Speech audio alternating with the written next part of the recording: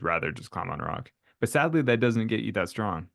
Climbing on rock as much as you can, like really doesn't get you to the level that people climb now.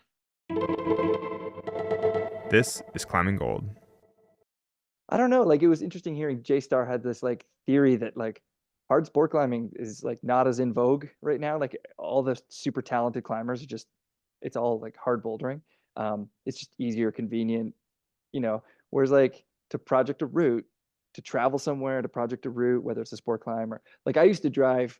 I remember like the two big routes on my tick list when I was young was watching Chris and Tommy on Just Do It and then Necessary Evil. So in 2001 or whatever, I drove straight to Smith Rock to do Just Do It, and it was like that was my like life project. I couldn't visualize life past that. It was like that's all I wanted to do, and so I went there and did that. Then the next year I drove straight to the VRG to do Necessary Evil, and so I don't know if that's happening as much anymore. Like where people are like, you know, getting fixated on a climb. I mean, I guess it is. Honestly, part of that might also be because there's so many more climbs now.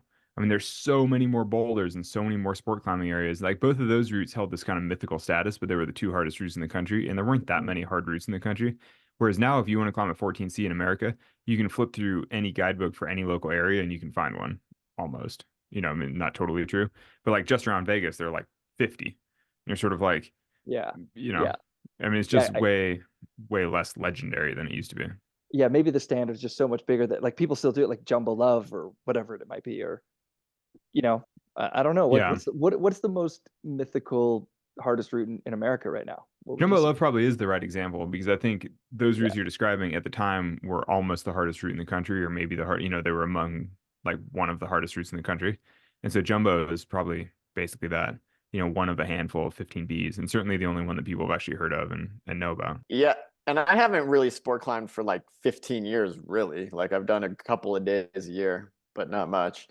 And I kind of agree with Jonathan. Like as I've started to sport climb more because of this goal, I go to the crag every day and I'm like, it's just a bunch of middle-aged dudes. The same people that were sport climbing 15 years ago when I was last sport climbing are the same people that are at the crag now. And I don't see hardly any young people. I know there are places that younger people are sport climbing, but I have wondered, like, is sport climbing old school at this point?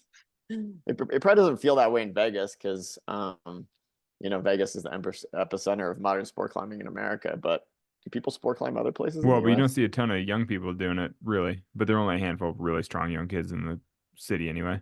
But maybe it's because really strong young people nowadays climb on the board, and then when they feel like being adventurous, they go bouldering outside. And they can't really, it's like board climbing and bouldering. And then beyond that, it's like hard to imagine going to the mighty walls, some sport crag.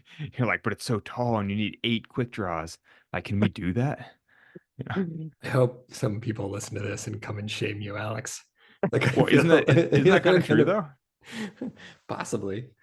I I mean, don't I don't know. know. There are a handful of really strong kids in Vegas, and they predominantly spend their time on the board. They also climb outdoors, mostly bouldering, and then maybe like once in a blue moon go sport climbing a little bit because they're trying to get in endurance shape for like a specific comp or something like that. And it's just different scene. Yeah, I would say I doubt that they don't sport climb because of the mighty walls. I bet they don't sport climb because they see it as a It's, sport it's a for waste of their time. Yeah, it's too yeah, easy. It's yeah, middle-aged whatever. dudes and there's not hard enough moves.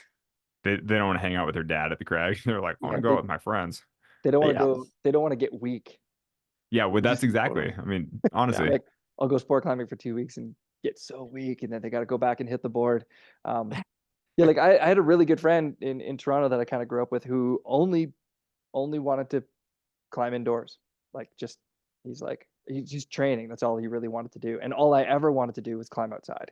And so, I don't know if that's just a, what different people are attracted to, but like he was capable of climbing extremely hard, but all he ever wanted to do was train. It was just like what he loved. And all I ever loved was rock. And so I only trained so I didn't get totally punished on rock, if that makes sense. And so I don't know. Yeah, maybe things are just shifting a little bit. Yeah, I And mean and that's bouldering always is been my mindset as well, where it's like you train in order to climb on rock. It's like and even then, it's like you'd rather just climb on rock. But sadly, that doesn't get you that strong. Climbing on rock as much as you can, like really doesn't get you to the level that people climb now.